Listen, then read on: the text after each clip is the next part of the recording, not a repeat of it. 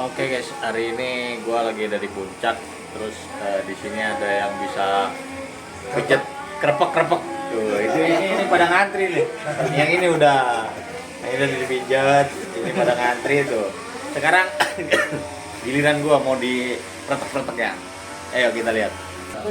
Sekarang yang gue lakuin adalah Di pojok lihat kanan. struktur tulang itu kan Pas lagi rame-ramenya ini kan berdua semua kan kebanyakan gitu. ya lo ya. Nekuk. Dia dekat son, Baru dibuka.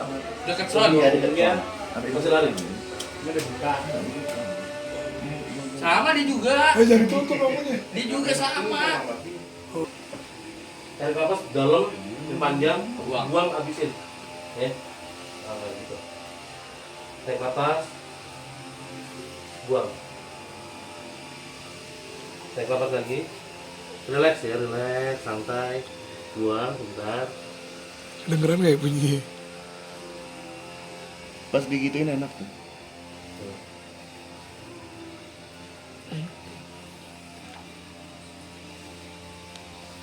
Oke. Tarik nafas. Buang. Wih deh. Lihat ya. Suaranya. Maksudnya pakai Nih. mikrofon itu. Ini badan capek banget nih. Iya. Gara-gara bikin dinaris sama bikin konten. Tarik nafas lagi. Buang. Set. Mantap. Santai, relax. Satisfying banget. Santai ya. Relax. Oke, sebelah.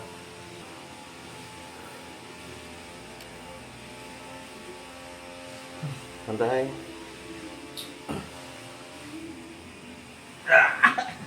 Oke. Kita centang ya. Enak tuh pas kayak gitu. Nah, ini nih. Iya. Oke. Momen paling enak. Satisfying banget tuh. Iya. Iya. Gimana? Pepatah satu kata. Mantap tadi gerebeknya. Kayak gitu.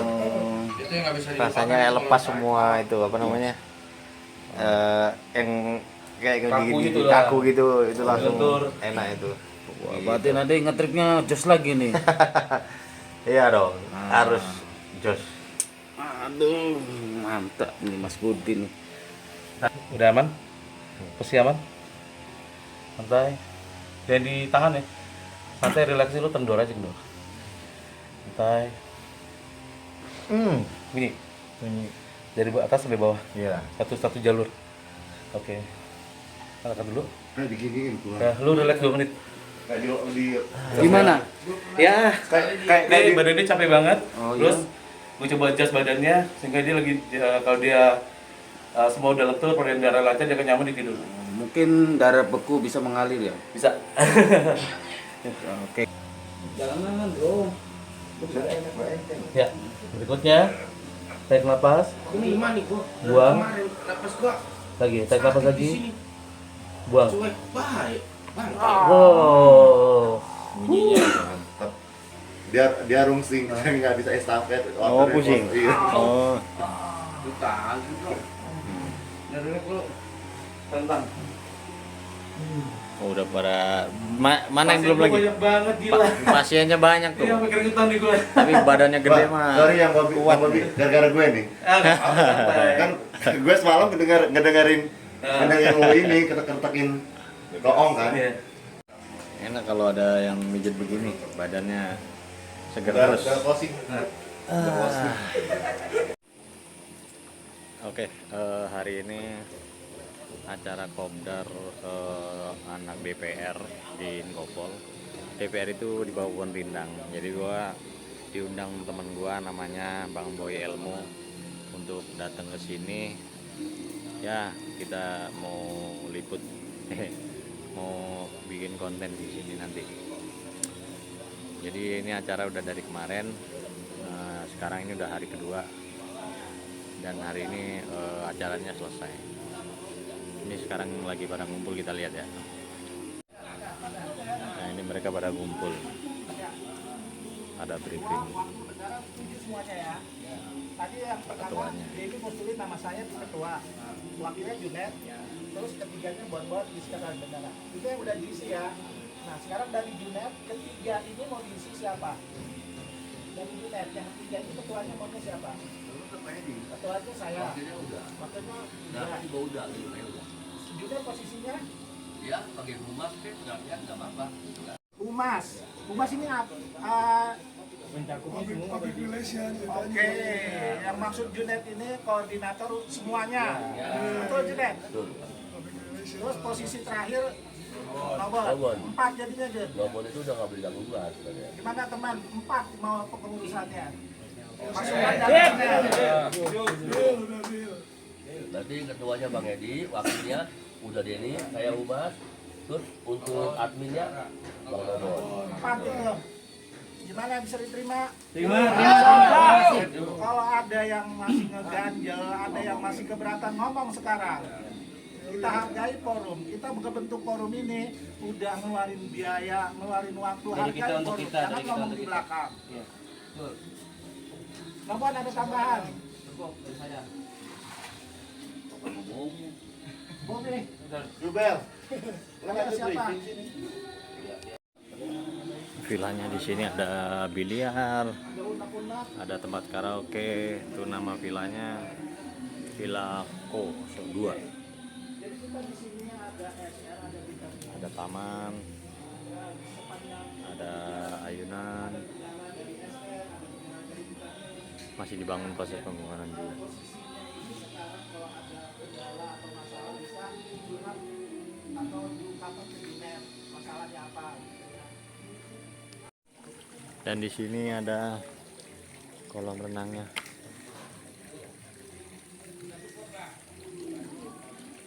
Ini tempat nongkrong kalau habis berenang kan. Bang Bobi. Gimana acaranya hari ini, bagus? Bagus banget.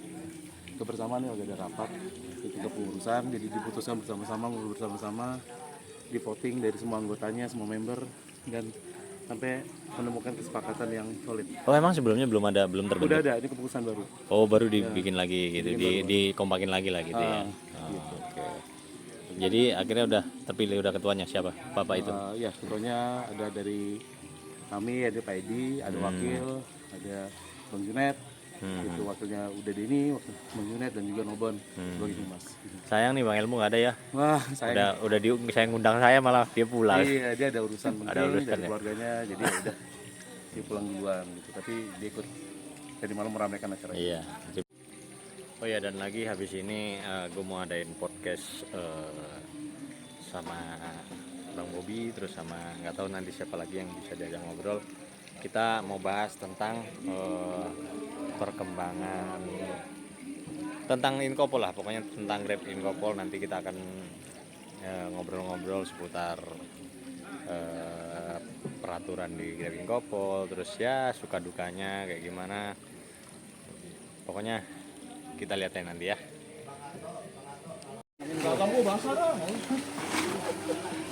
Oke, ini acara udah selesai dan mau berfoto bersama.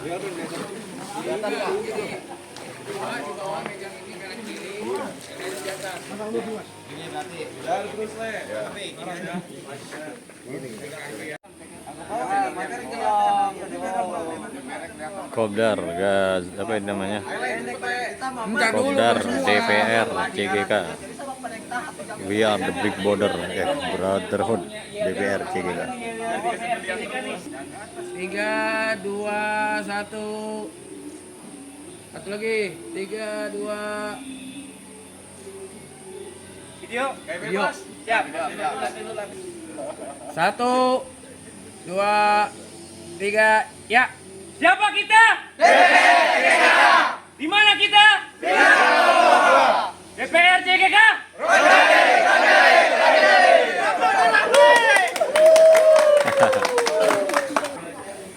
Oke, itu tadi mereka udah foto bersama dan sekarang saatnya bikin podcast, ngobrol-ngobrol sebentar terus pulang. Lanjut terus. Halo guys, selamat pagi, salam sehat semuanya. Hari ini saya sedang berkumpul bersama teman-teman driver online di Inkopol di Grab Airport ya. Airport. Jadi di sini ada Bang Bobi. Halo semuanya. Dan ada Pak Edi. Halo guys. Jadi Pak Edi ini selaku ketua di salah satu komunitas di Grab Airport Inkopol Bandara Soekarno-Hatta. Jadi kita mau berbincang-bincang, mau kasih sharing-sharing tentang Grab Inkopol yang ada di Soekarno-Hatta ya.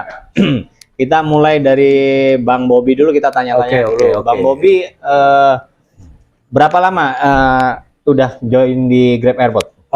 Gue bergabung di airport ya pada awal puasa pada waktu itu gue udah mulai aktif dan gue bergabung di airport udah mulai bisa ambil order dan sekitar gue tuh dari di Grab Airport itu sekitar sudah ada 6 bulan. Sekarang udah 6 bulan berjalan ini ya? Iya, 6 bulan berjalan. Ya. Oke.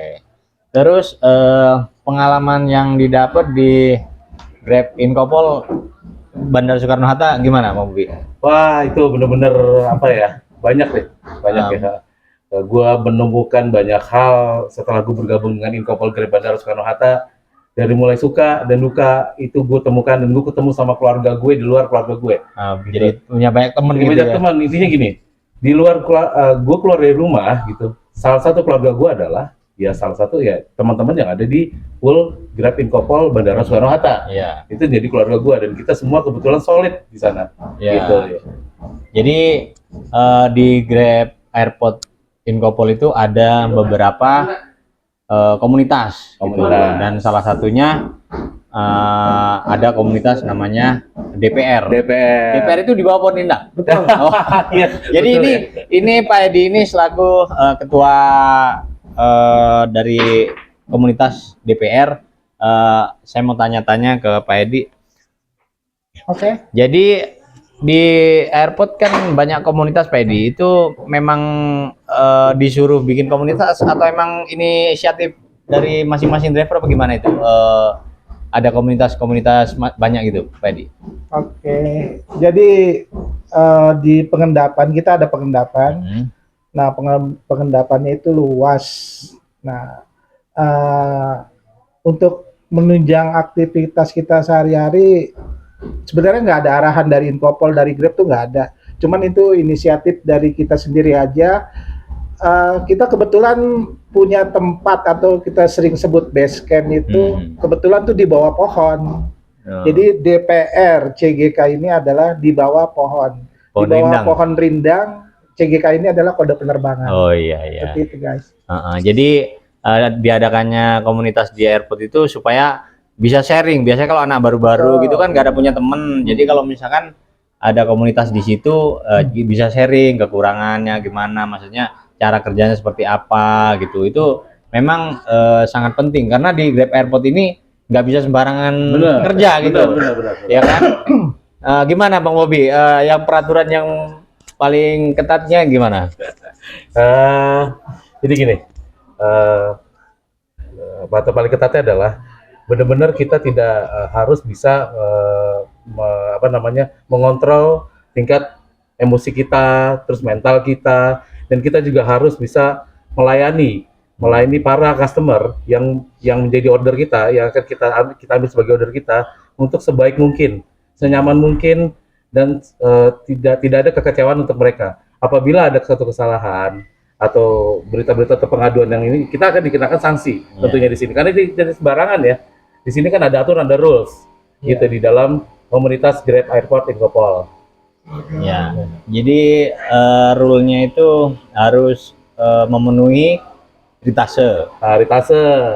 Nggak boleh mengabaikan orderan. Terus apa lagi tuh?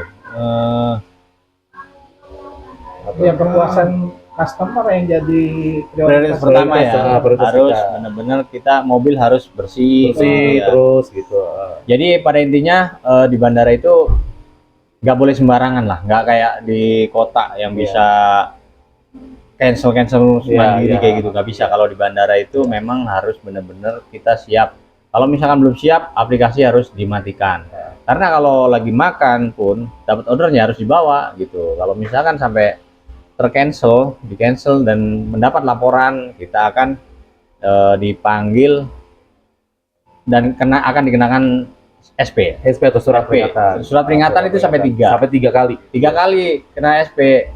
bisa dikeluarkan dari Grab Airport. Dan biasanya nih kita kalau misalkan mendapatkan satu order, kita akan selalu komunikasi dulu nih sama customernya. Oh ya. Komunikasi dulu bahwa menandakan bahwa kita tuh sebenarnya ya, di sana kan ada banyak driver dan banyak dari pihak lain yang seperti kita. Tapi salah satu yang resmi dari driver online yang ada di bandara adalah Inkopol Grab Airport gitu. Jadi intinya jadi kita harus sesuai penjemputan pun, dari sisi penjemputan pun kita juga menjemput para customer kita di pick up point yang sudah disediakan oleh airport. Dari terminal 1, 2, 3. Ada tambahan dari Pak Edi? Ya, karena kita beroperasional ya, operasional kita tuh lebih sering di bandara. Jadi kalau bisa aku tambahin, aturan main kita itu mengacu juga kepada aturan dari AP2. Mulai dari pick up point, terus seragam, kita juga harus pakai sepatu. Itu Kita standar nggak bisa operasional. sembarang. Terus gimana kita memfollow up setiap kali kita terima order, itu kita follow up selama kita masih di pengendapan. Kita nggak langsung keluar dari pengendapan begitu kita terima order. Jadi setelah kita terima order, kita follow up. Kita make sure dulu penumpang itu harus benar ada di pick up point. Soalnya salah satu aturan dari AP2, kita nggak boleh pick up di sembarang tempat. Harus di pick up point Grab di tiap-tiap terminal. Kayaknya itu. Gitu ya. Jadi terus selanjutnya saya mau nanya, Pak Edi udah berapa lama join di Inkopol, Pak Edi? Wow, aku bisa dibilang apa ya? Waktu itu kebetulan Grab punya event buka di airport ya. Kita waktu itu semuanya akan reguler. Kita diundang oleh Grab untuk bergabung di Bandara Soekarno-Hatta. Notifikasi. Ya, lewat notifikasi kita dapat undangan. Terus ya aku pelajarin skema kerjanya itu awal-awal Grab mau buka di bandara. Oh, berarti Pak Edi ini dari awal ya? Awal itu buka di tahun 2017 kalau nggak salah. Nah, aku gabung itu di 2018 awal. Oh, gitu. Suka dukanya selama ini apa ini Pak Edi? Ya, Tapi yang buat Pak Edi betah di Grab Airport, terus yang kedukanya lah di Grab Airport itu kan Pak Edi ini yang udah lama banget nih. Kalau saya kan masih baru gitu. Ya banyak suka duka yang aku alami selama aku beraktivitas di bandara ya. Mulai dari customer kita nggak cuma toh dari domestik. Iya. Hampir setiap hari, setiap saat kita terima order itu akun-akun tersebut dari luar, dari Vietnam, dari Kamboja, dari mancanegara lah, dari Arab segala macam, Cina gitu. Itu setiap hari kita terima order seperti itu. Nah itu apa ya? Kalau aku bilang ya itu challenge buat setiap driver untuk menambah pengalaman, wawasan seperti itu ya. Ya sepertinya bahasa salah satunya kan. Kita mau nggak mau kita follow up, kita telepon follow up supaya tunggu di pick up point kan kita harus menguasai salah satu bahasa di luar bahasa Indonesia. Iya, itu. Karena pun kita menyambut tamu-tamu internasional ya. Betul. Ya karena memang di Grab airport Bandara Soekarno-Hatta ini memang bandara internasional, jadi banyak wisatawan dari luar negeri itu melalui Bandara Internasional Soekarno-Hatta ini. Ya memang itu kendala. Saya juga kalau dapat penumpang bule gitu nggak bisa. Tampilan aplikasi ya, lihat tampilan aplikasinya nih kok namanya tulisannya pakai tulisan Arab. Kayak gitu kan, sering lagi juga pakai tulisan Cina gitu. Benar. Nah itu kayaknya kalau buat aku sih bukannya masalah, tapi itu sebuah tantangan supaya kita bisa selesai dengan itu order. Oh gitu ya. Tapi selama Pak Edi ada di Grab Airport ini untuk pendapatan udah bagus Pak Edi ya? Oke, kalau dari segi pendapatan ya di bandara itu semuanya mahal. Harga-harga makan, minum itu semuanya mahal. Kalau bisa aku bilang termasuk harga diri. Harga diri di bandara itu mahal. Bayangkan orang kalau baru turun dari pesawat tuh kayaknya, sombong banget gitu kan. Kita follow up, kita minta tolong supaya dia itu tunggu di pick up point Grab kayaknya gimana gitu kan, kayaknya dia harga dirinya tinggi banget, ogah banget gitu kayaknya untuk tunggu di pick up point. Nah dari pendapatan ya kalau aku bilang ya kalau rezeki ya itu rezeki udah ada yang ngatur. Cuman aku kalau di bandara itu aku prioritaskan adalah kenyamanan. Nyaman aku di bandara karena kepastian dapat ordernya ada. Soalnya kan kita sistem antrian. Kita juga bisa kontrol penumpang itu dari jumlah landingan di tiap-tiap harinya. Oh gitu. iya iya. Kita tahu gitu. Ya jadi memang kerja itu memang harus yang dicari itu kenyamanan. Dimanapun kerja, walaupun gajinya gede, kalau nggak nyaman itu nggak enak ya. Itu ya memang benar kenyamanan, benar. Jadi memang kalau di Grab Airport itu kalau menurut saya nyamannya itu ya sering istirahat gitu ya. Kita habis ngedrop, kita bisa nunggu penumpang untuk mencari arah ke bandara gitu. Nanti setelah nyampe bandara, kita masuk pool, ngantri, kita istirahat lagi kayak gitu. Jadi untuk segi fisiknya itu lebih nggak capek lah kalau menurut saya dibanding saya yang sebelumnya di kota nggak pernah berhenti terus jalan itu rasanya iya estafet terus kayak gitu itu capeknya luar biasa itu. Nah itu ya kelebihan di Grab Airport. Karena jujur sedikit saya tambahkan ya, jujur selama saya menjalani Grab Airport ini gitu, fisik sih nomor satu yang harus kita jaga. Fisik ya. Fisik ya. Karena kalau fisik kita boleh kuat ya secara tubuh keseluruhan, tapi kalau mata kita ngantuk, itu udah ada toleransi. Iya. Artinya kita memang obatnya cuma satu, tidur, gitu, istirahat dan tidur. Itu apa ini ya? Obatnya Iya. seperti itu. Yang aku bilang kenyamanan tadi, jadi kita bisa ngatur pola kerja kita, skema kerja kita bisa atur.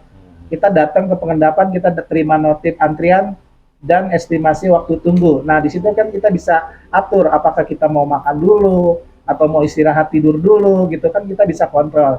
Beda dengan kita di reguler di bawah kita nggak tahu kapan order masuknya kan. Iya. Apa kita lagi stay istirahat terima order atau kita lagi di lampu merah kita nggak tahu. Tapi kalau di bandara kita punya kepastian itu. Iya. Gitu. Jadi memang itu kelebihannya di bandara.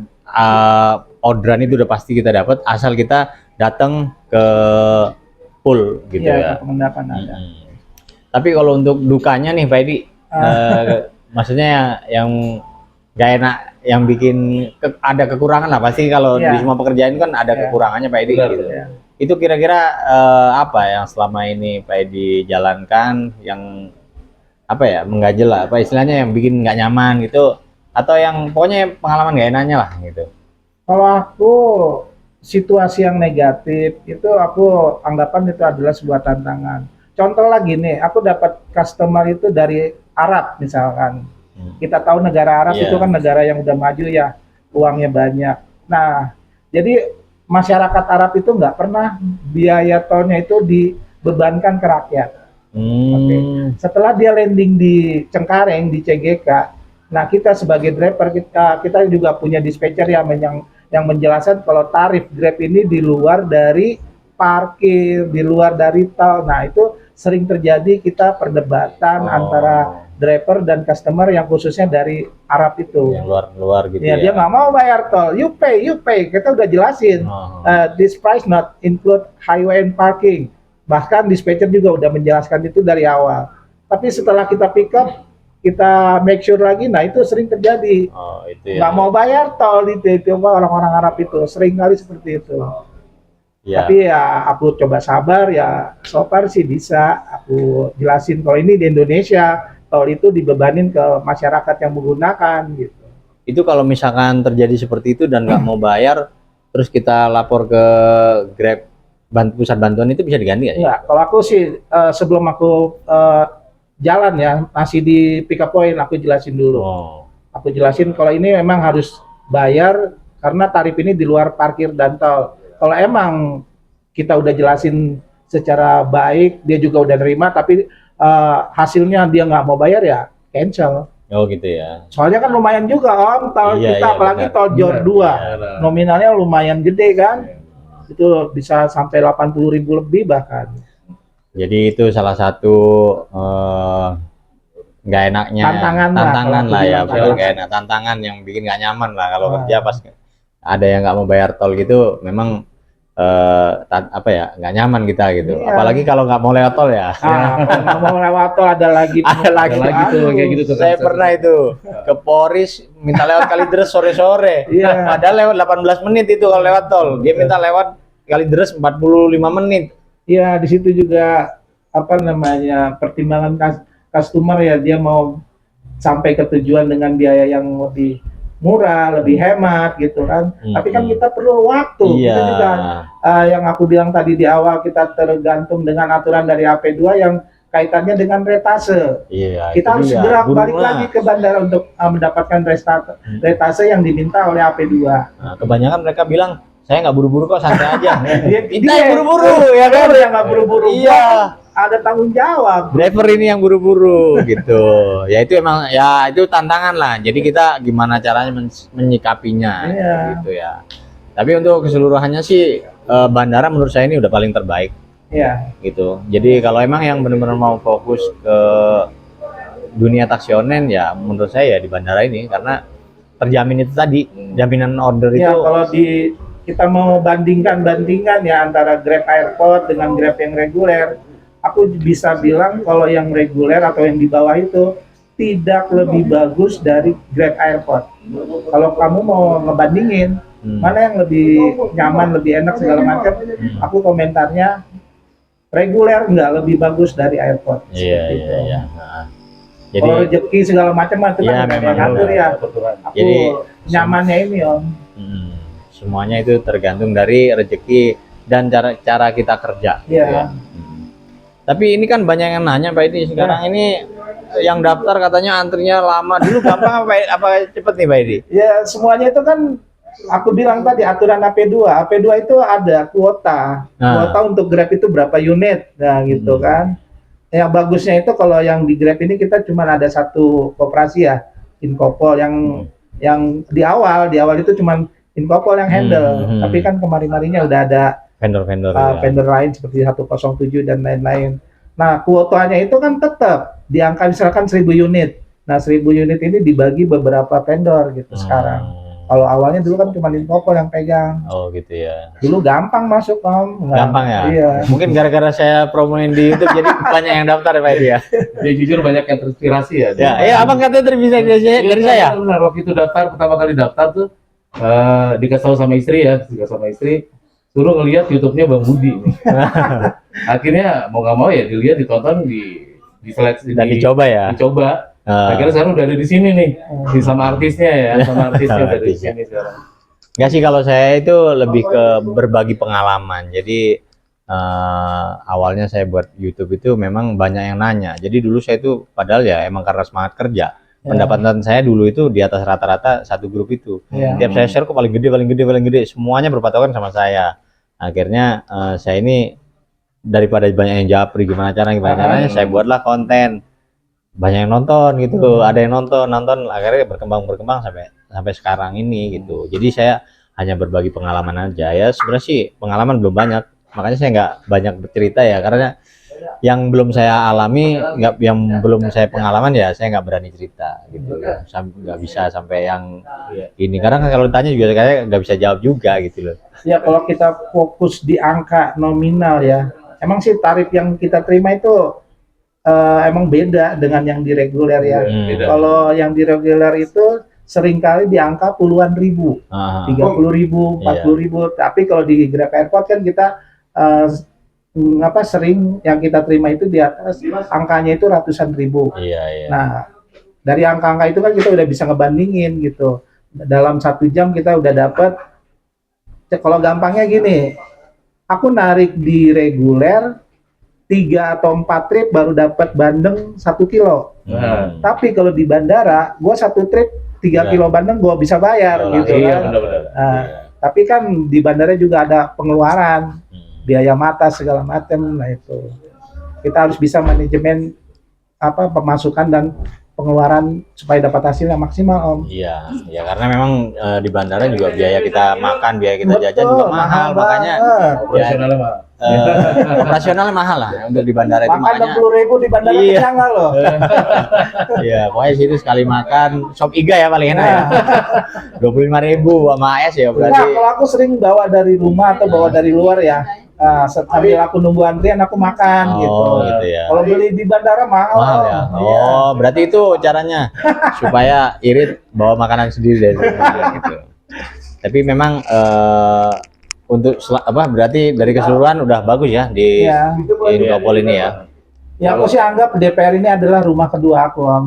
Ya, sering aku menghabiskan waktu kan di rumah, paling berapa jam sih kita di rumah ya, sampai di rumah ketemu keluarga lebihnya kita tidur. Iya. Tapi kalau di bandara kan kita sepanjang kita menjalankan order balik lagi ketemu yaitu di DPR di bawah iya. Pohon Rindang. Jadi DPR itu adalah rumah kedua kita orang Dan keluarga ya. dan keluarga. Keluarga, ya.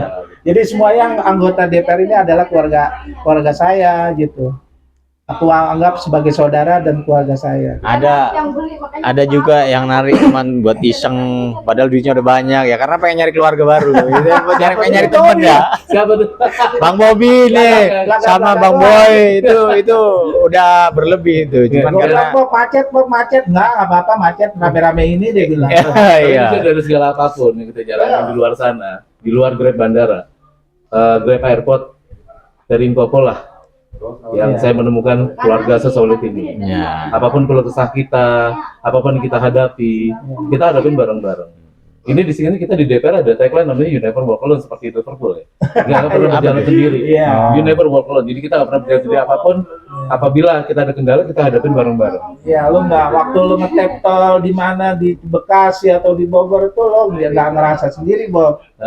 Lu punya grup, lu punya teman lo, atau lu mau masuk daerah rawan, lu jangan berasa sendirian gitu. Kita punya grup DPR, lu tinggal sambil ketakutan lu ngomong aja, gue di tempat serem gitu kan. Sherlock 8 lah kita pantau gitu. Itulah keluarga gitu. Poin yang disampaikan tadi adalah dari semuanya di luar Giot Bandara, buat saya nggak pribadi ya, itu keluarga inilah yang lebih penting. Kekeluargaannya ya. lebih penting. Nah, kalau masalah rezeki itu masing-masing. Ya. Masing-masing itu Tuhan yang atur udah gitu. Ya, jadi itu aja perbincangan kita hari ini. Oke. Ya pada intinya kita cari keluarga ya, cari Iya. saudara lah gitu ya. Ada satu hal nih yang dari tadi kan kita ditanyain terus nih Pak Edi. Iya, Nah, kita gantian, mau Bang. nanya nih, Lu gantian. siapa lu gitu? Siapa lu Jadi gini, kita tanya sama Bang Budi sekarang. Oke. Pada awal Bang Budi masuk ke Grab Airport, apa sih yang membuat menarik di Grab Airport itu? Terus perjalanannya bagaimana nih? Step-by-step dari benar-benar dari Grab regular terus sampai airport. Jadi saya dulu itu pemain poin, semuanya saya ambil gitu kan, semua saya ambil. Terus apa namanya? Ada salah satu temen di bandara ya, YouTuber juga. Saya share pendapatan 1 juta, tapi 25 trip. Wow. Dia share 7 trip 1 juta. Nah, itu saya langsung, wih, tertarik dong gitu kan. Saya capek-capek 25 trip, dia cuma 7 trip 1 juta juga. Nah, dari situ saya mulai harus saya kejar nih gitu kan ke bandara. Nah, terus saya masuk ke Gokar dulu ya kan. Gokar dulu setahun. Nah, setelah itu saya pindah ke Grab Airport sini gitu. Iya. Oh, Jadi ya untuk saat ini udah paling nyaman sih saya di sini, udah nggak ada lagi. Nah, paling nyaman udah, mungkin kalau ada yang lebih nyaman lagi ya akan saya kejar. Tapi untuk saat ini udah paling nyaman di Inkopol ini, saya udah paling nyaman lah. Udah paling enak udah menurut saya ya. Wah, gila juga ya. Maksudnya Bang Budi juga mengalami perjalanan yang ada panjang ada ceritanya. fasenya. Gitu, ada prosesnya semuanya. Kita semua mengalami itu. Nah, dan itu berbeda-beda cerita ya Pak Edi. Oh iya. Gitu. Oke. Jadi itu aja. Jadi untuk teman-teman yang mau, kita harus check out nih. oh iya kita mau check out. Jadi itu aja, videonya sampai di sini aja. Kalau untuk yang mau daftar ke Inkopol, coba cek IG-nya Distro Inkopol ya namanya. Iya, Distro Inkopol di Instagram, dia kayaknya itu ada buka untuk daftar online gitu ya. Udah itu aja, terima kasih untuk Pak Edi waktu-waktunya. Ya. Bang Bobby, terima kasih. Thank you. Thank you sama-sama. Semoga kita selalu bersama. Oke. Terima kasih udah menonton. Salam sejahtera, solid selalu.